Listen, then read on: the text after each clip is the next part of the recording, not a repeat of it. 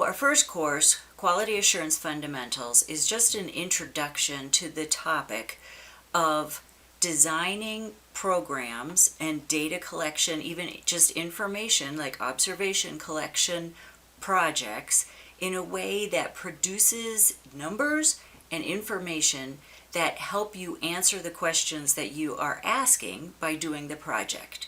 So Quality Assurance Fundamentals follows one case study, the Seldovia Village tribe in Alaska, with a road dust monitoring project.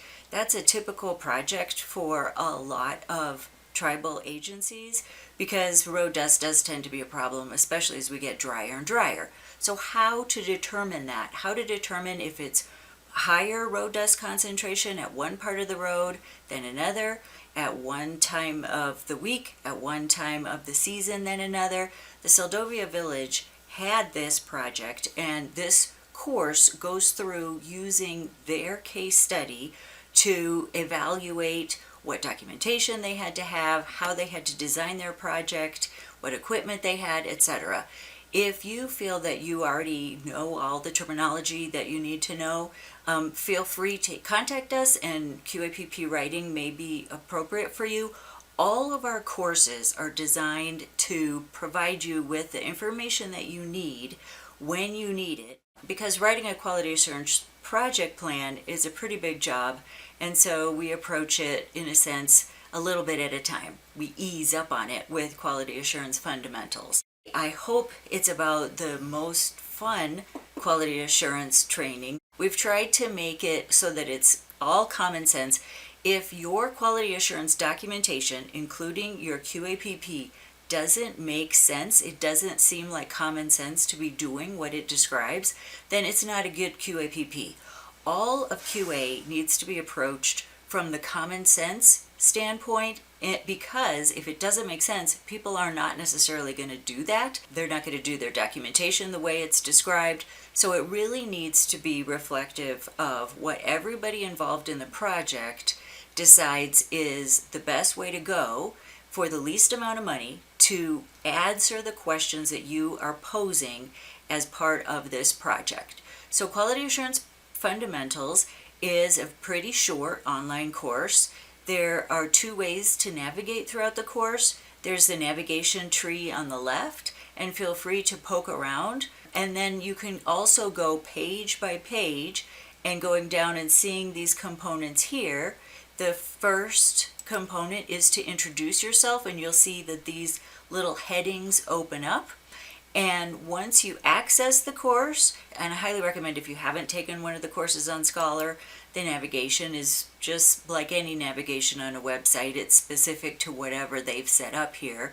So we have a course navigation instructions, and then after you start the first portion of the course, you can also just progress with the forward arrow in the lower right and the backward arrow in the lower left. So we encourage you to poke around, see what information you need. We do have a lot of people's posts, people who are asking all kinds of really interesting questions about their environment. And I have the fortune to work with Josie Kamkoff. Hi, this is Josie Kamkoff. I'm the new Community Program Coordinator for ITEP, and I am here on the Lummi Reservation in Bellingham, Washington to do some subsistence fishing for king salmon. I teach quality assurance fundamentals and writing a quality assurance project plan, and those are really difficult courses. Quality assurance project plans, or QAPs, are very difficult to write, and they're very important. So Josie Kamkoff and I and the other ITEP staff are looking forward to meeting you online, learning about your environment, and assisting you with the important work that you have to do. It's a real privilege to be able to use the internet as a window into seeing what is happening in your environment and learning about the concerns that you and your communities have. So that's an overview of QA fundamentals. I do want to add a great thanks to the Seldovia Village tribe and their environmental staff for letting us use their project as an example. And of course, as always, we welcome your comments, your feedback, not only for you, our customers, but also for EPA regional offices. If you have information to add, or if you find anything that you want us to correct, we want to make sure that we provide the most up-to-date and accurate information that we can for the people that we serve. That's QA Fundamentals.